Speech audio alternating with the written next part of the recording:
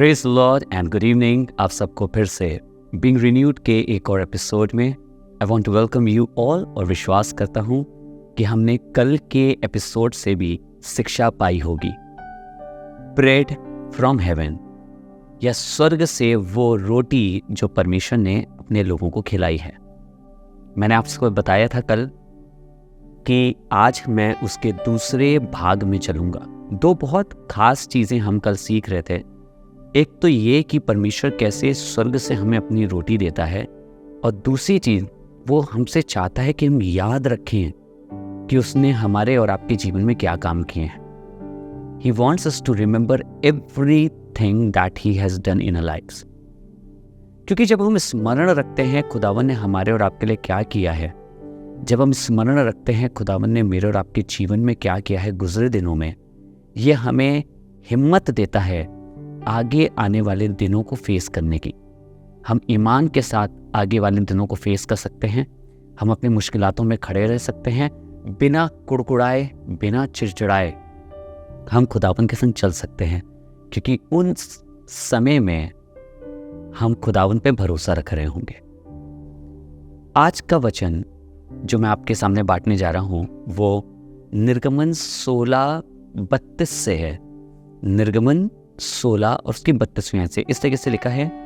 फिर मूसा ने कहा, यहोवा ने जो आज्ञा दी वो ये है कि इसमें से ओमेर भर अपने वंश की पीढ़ी पीढ़ी के लिए रख छोड़ो। ध्यान से सुनिएगा, इसको बहुत खूबसूरत जिक्र है। Moses said, "This is what the Lord has commanded. Take an omer of manna and keep it for the generations to come, so they can see the bread I gave you to eat in the wilderness when I brought you out of Egypt." ताकि वो उस रोटी को देख सके, तुम्हारी generation, आगे आने वाली पीढ़ी उस रोटी को देख सके जो मैंने तुम्हें दी थी। Now here is something very amazing and wonderful.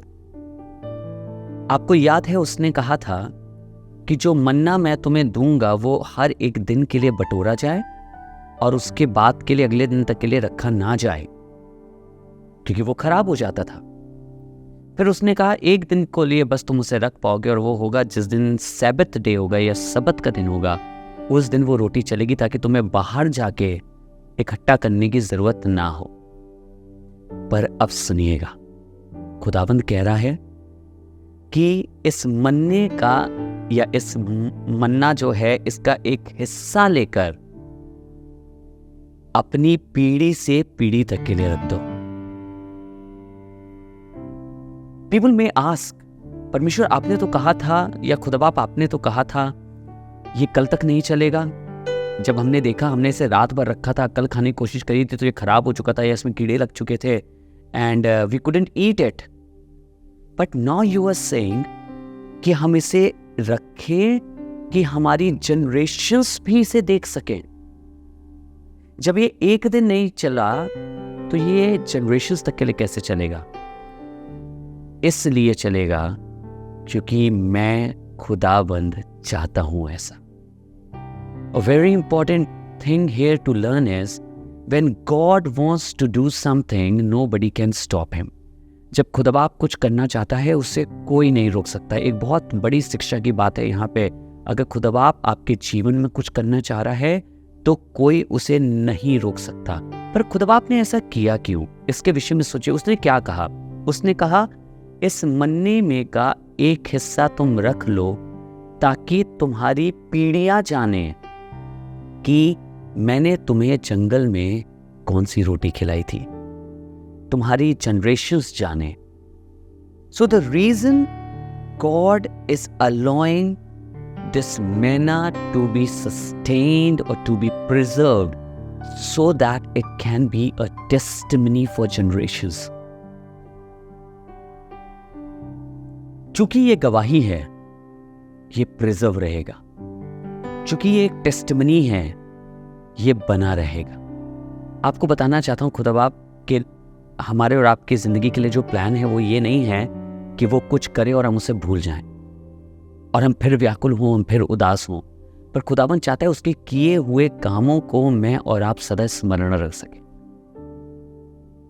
जो काम वो मेरे और आपकी ज़िंदगी में कर रहा है, जो अद्भुत चीज़ें खुदाबाप मेरे और आपकी ज़िंदगी में दिखा रहा है, परमेश्वर चाहता है कि मैं और आप उसको स्मरण रखें, मैं और आप उन चीज़ों को याद रखें।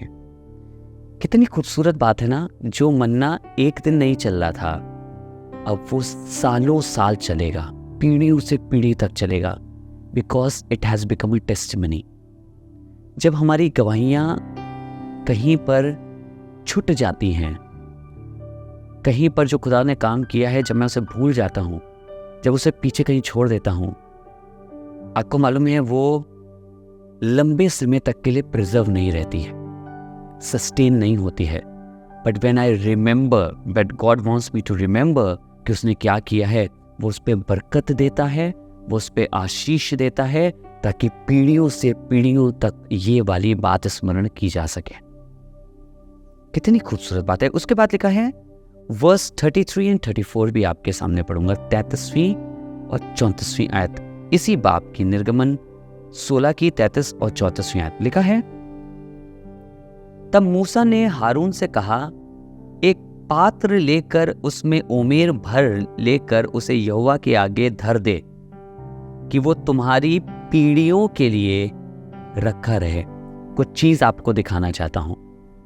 कहां धरने के लिए बोला था, कहां धरने के लिए कह रहा है? मूसा ने कहा इसे लेकर यहोवा के आगे धर दे, ताकि पीढ़ियों तक के लिए यह गवाही बन जाए। इसका अर्थ क्या है, इसको समझिएगा। How can we place something in front of God? Manna क्या था? मन्ना वो काम था जो खुदावन ने इनके लिए किया था। खुदावन के आगे रखने का मतलब क्या है? वी आर गिविंग और keeping it as a thanksgiving to God, to our father. हम एक धन्यवादिता की तरह परमेश्वर के आगे इसको रख रहे हैं, हम एक स्मरण की तरह खुदावन के आगे इसको रख रहे हैं, अपनी दुआओं में उसको रख रहे हैं, अपनी प्रार्थनाओं में उसको रख रहे हैं, अपने जिक्र में उसे रख रहे हैं, अपने गीतों में उसे रख रहे हैं, अपनी शेयरिंग में उसे रख रहे हैं, अपनी गवाहियों में उसे रख रहे हैं। और इससे होगा क्या? ये जनरेशंस तक के लिए प्रिजर्व हो जाएगा। There have been many breads from heaven in a form of testimony till now. हमारे और आपके जीवन में बहुत सी स्वर्गीय रोटियां हमने खाई हुई हैं, जिनसे तृप्त हुए हैं। परमेश्वर ने अद्भुत रीति से मौजे करके दिखाए, स्वर्ग के दरवाजों को खोल के मेरे और आपके लिए ज़रूरत को पूरा किया है, हमने खाया है। पर शायद हमने अपनी ज़िंदगी की कुछ ऐसी बातों को, जिनको हमने चखा तो, खाया तो, ब्लेस्ड तो हुए, पर हमने उसे खुदाबाप के आगे नहीं रखा, कभी थैंक्स गिविंग में लेकर नहीं गए, कभी धन्यवादिता के लिए स्मरण नहीं रखा, अपने गीतों में नहीं इंक्लूड किया, अपने प्रचार में नहीं इंक्लूड किया, अपनी गवाहियों में इंक्लूड नहीं किया। और इसलिए हमारी वो रोटी, हमारा वो मन्ना लोप हो गया, क्या खत्म हो गया। पर आज एक तरीका आपको बताना चाहता हूँ, how can you preserve this bread of haven. अपनी जिंदगी में आप इसको कैसे प्रिजर्व कर सकते हैं? You know how you can preserve? You can preserve it by keeping in front of God. आप खुदावन के सामने रखने के द्वारा इसे प्रिजर्व कर सकते हैं।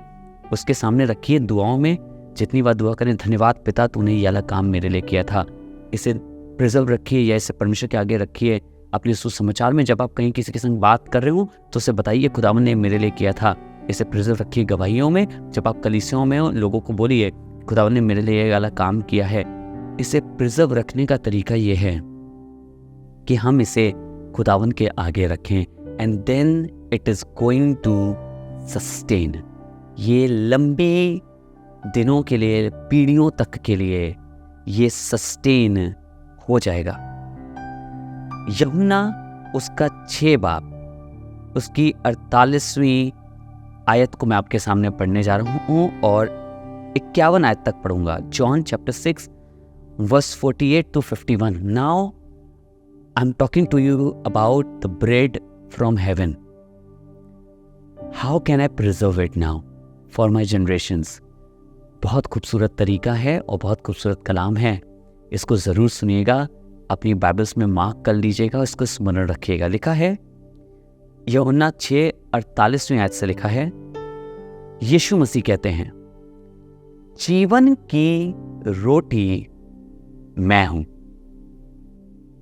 आपको मालूम है यीशु मसीह इजराइलियों की जंगल की हर कंप्लेन का जवाब है। रोटी की कंप्लेन करी तो नए नियम में देखिएगा यीशु मसीह कैसे क्या बता रहे हैं। यीशु मसीह कहने लगे, जीवन की रोटी मैं हूं। They were crying for the bread in the wilderness. वो रोटी के लिए वहां पे रो रहे थे और यीशु मसीह यहां कह रहे हैं, जीवन की रोटी मैं हूं। I am the bread of life. फिर कहते हैं, तुम्हारे बाप दादाओं ने जंगल में मन्ना खाया और मर गए।